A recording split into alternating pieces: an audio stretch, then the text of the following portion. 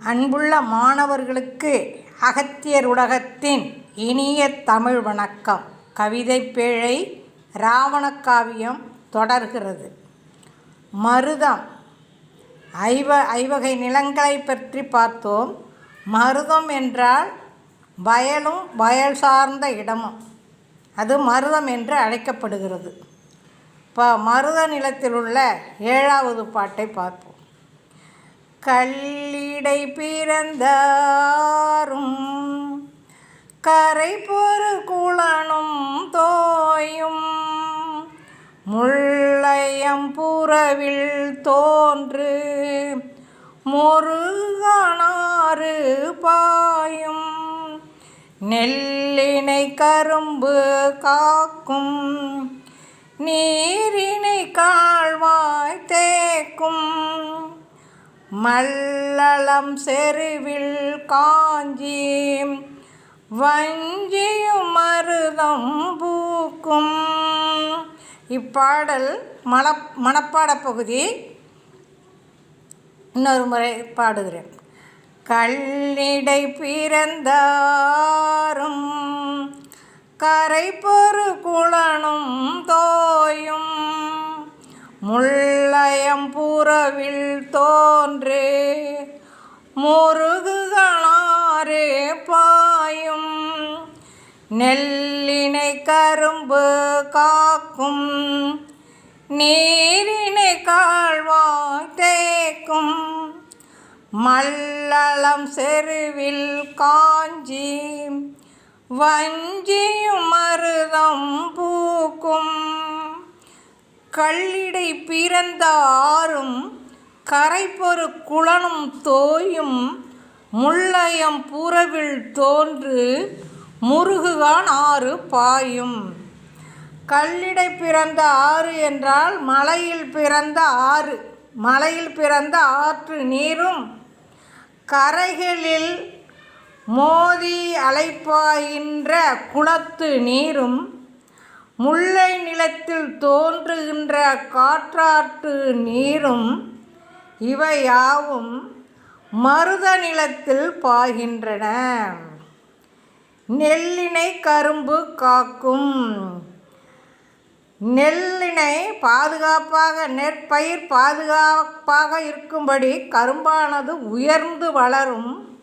நீரினை கால்வாய் தேக்கும். நீர் கால்வாய் வழி வயல்களில் தேங்கி வளத்தை பெருக்கும். மல்லளம் செருவில் காஞ்சி வஞ்சியும் மருதம் பூக்கும். இப்படி வளம் செழிந்த நீர் நிறைந்த மருத நிலத்தில் காஞ்சி பூவும் வஞ்சி பூவும் பூத்து குலுங்கும். மலையில் பிறந்த ஆறு, குளத்திலுள்ள நீர், முல்லை நிலத்தில் தோன்றிய காட்டாற்று நீர் இவைகள் மருத நிலத்தில் பாய்கின்றன. நெற்பயிரை காக்கும் பொருட்டு கரும்புகள் உயர்ந்து வளர்கின்றன. நீர் கால்வாய் வழி வயல்களில் தேங்கி நிற்கின்றன வளம் சேர்ப்பதற்காக. இத்தகைய வளம் நிறைந்த மருத நிலத்தில் காஞ்சி மலரும் வஞ்சி மலரும் நிறைய மலர்ந்துள்ளன என்பதுதான் இப்பாட்டினுடைய பொருள். 8வது பாட்டை பார்ப்போமா? மறைமலர் குளத்தில் ஆடும் மயிர்தலை சிறுவர் நீண்ட பொறுகரி கூரத்து அளந்தே பொம்மன கழிப்பர் ஓர்வாள் குறைக்கடல் சிறுவர் போரில் குலுங்கிய தெங்கின் காயை புரத பறித்து காஞ்சி புனை நிழல் அருந்துவாரே.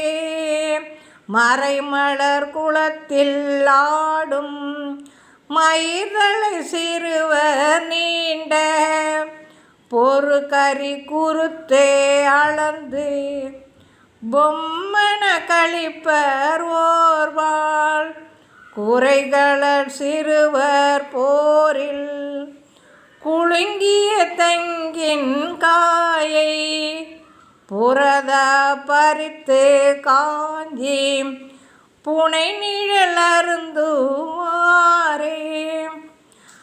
மறைமலர் குளத்தில் ஆடும் மயிர்தலை சிறுவர் நீண்ட பொறுகரி குறுத்து அளந்து பொம்மன கழிப்பர் ஓர்வாள். தாமரை மலர் மலர்ந்துள்ள குளத்தில் சிறுவர்கள் விளையாடுகிறார்கள். அக்குளத்தில் கரி என்றால் யானைகள், யானைகள் நீந்துகின்றன. சிறுவர்கள் அந்த யானையினுடைய தந்தங்களை அளந்து பார்த்து அதனுடைய வடிவத்தை கண்டு மகிழ்ச்சி அடைகின்றனர். பக்கத்தில் இருக்கக்கூடிய வைக்கோல் போர் அதன் மேல், அந்த வைக்கோல் போர் குலுங்க அதன் மேல் ஏறுகிறார்கள். பக்கத்திலேயே தென்னை மரம் இருக்கிறது, அதில் இளநீர் இருக்கிறது. அந்த வைக்கோல் போரின் மேல் ஏறி அந்த இளநீரை பறித்து, குற்றமில்லாமல் பறித்து, காஞ்சி மர நிழலில் அமர்ந்து அதை பருகுகிறார்கள் என்பதுதான் இதனுடைய பொருள். சிறுவர்கள் குளத்தில் விளையாடுகிறார்கள். அங்கே நீண்ட தந்தங்களையுடைய யானைகள் நீந்துகின்றன. சிறுவர்கள் அந்த யானையினுடைய தந்தங்களை அளந்து பார்த்து அதனுடைய வடிவத்தை கண்டு மகிழ்ச்சி அடைகிறார்கள். நெற்போரின் மீது சிறுவர்கள் ஏறி பக்கத்தில் உள்ள தென்னை மரத்தில் உள்ள இளநீரை பறித்து காஞ்சி மரத்தின் நிழலின் கீழ் அமர்ந்து அதனை பருகுகிறார்கள் என்பதுதான் இந்த பாடலுடைய பொருள். சொல்லும் பொருளும்: கல் மலை, முருகு தேன், மணம் அழகு, மல்லல் வளம், செரு வயல், கரிக்குருத்து யானை தந்தம், போர் வைக்கோற் போர், புரதவ குற்றமின்றி. நெய்தல் நிலம்: கடலும் கடல் சார்ந்த இடமும் நெய்தல் என்று அழைக்கப்படுகிறது.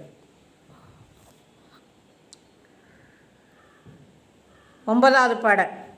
பசிப்பட ஒருவன் வாட பார்த்தினிருக்கும் கீழ்மை, முசிப்பட ஒழுகும் தூய முறையினை அறிவார் போல, வசிப்பட முதுநீர் புக்கு மலையென துவரை நன்னீர், கசிப்பட ஒளி முத்தோடு கரையினில் குவிப்பாரம்மா, பசிப்பட ஒருவன் வாட பார்த்தினிருக்கும் கீழ்மை, முசிப்பட ஒழுகும் தூய முறையினை அறிவார் போல, வசிப்பட முதுநீர் புக்கு மலையென துவரை நன்னீர், கசிப்பட ஒளி முத்தோடு கரையினில் குவிப்பாரம்மா. பசிப்பட ஒருவன் வாட பார்த்து இனி இருக்கும் கீழ்மை, முசிப்பட ஒழுகும் தூய முறையினை அறிவார் போல, ஒழுக்க நெறியில் வாழும் சான்றோர்கள் பசியினால் வாடுபவர்களை கண்டு வருந்துவார்கள். நெய்தல் நிலத்தில் யார் யார் பசியோடு இருக்கிறார்களோ அவர்களை கண்டு வருந்துவார்கள். யார்? ஒழுக்க முறையில் சிறந்து விளங்கும் சான்றோர்கள். அதனை கண்டு அவர்கள் என்ன செய்கிறார்கள் பாருங்கள்.